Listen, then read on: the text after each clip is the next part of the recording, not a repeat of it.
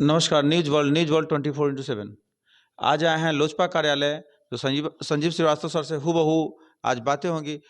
Places of worship पर बताएंगे sir कुछ।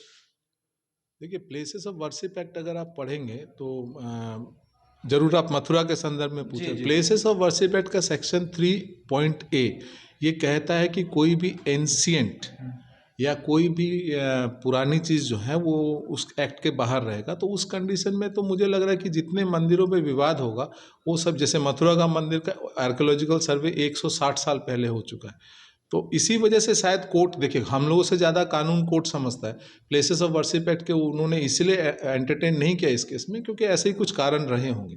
दूसरा चीज़ एक बात समझिएगा, जो मेरा पर्सनल पॉइंट ऑफ व्यू है वो ये है कि डॉक्टर अंबेडकर साहब से एक बार पूछा गया था कि हिंदुस्तान के संविधान की आत्मा क्या है, तो उन्होंने कहा था हिंदुस्तान के संविधान की आत्मा यह है कि कोई भी व्यक्ति किसी भी मामले में कोर्ट में जा सकता है।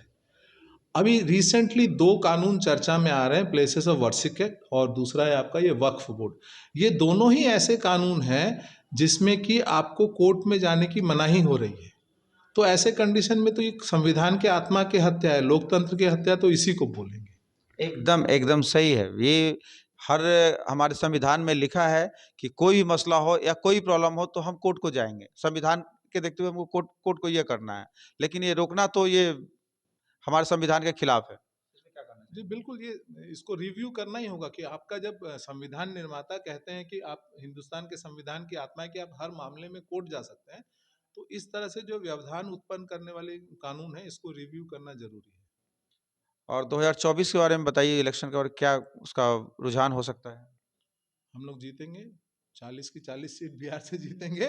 आप हमारे प्रदेश राष्ट्रीय उपाध्यक्ष है महिला मोर्चा की, वो हमारे साथ बैठी हुए हैं। हम लोग 100% गठबंधन 40 की 40 सीटें बिहार से जीतेगी। आप कितने सीटों पर लड़ रहे हैं चुनाव? ये तो देखिए, बहुत सारी चीज़ें ऐसी होती है जो हम लोग के लेवल से ऊपर की होती है, तो जो मगर हमारे क्या है कि पार्टी और गठबंधन जो डिसीजन ले लेगा, पार्टी जो डिसीजन ले लेगा हम लोग वो करेंगे और 100% हम 40 की 40 सीटें जीतेंगे।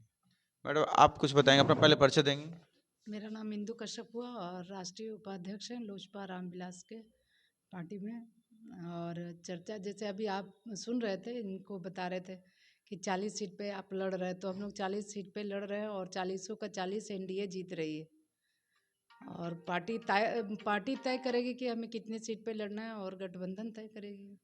यानी अभी क्लियर नहीं, पार्टी पे हम लोग डिपेंडेंट है कि पार्टी जो फैसला आएगा हम मानेंगे? बिल्कुल पार्टी जो फैसला करेगी उसको हम लोग सब मानेंगे।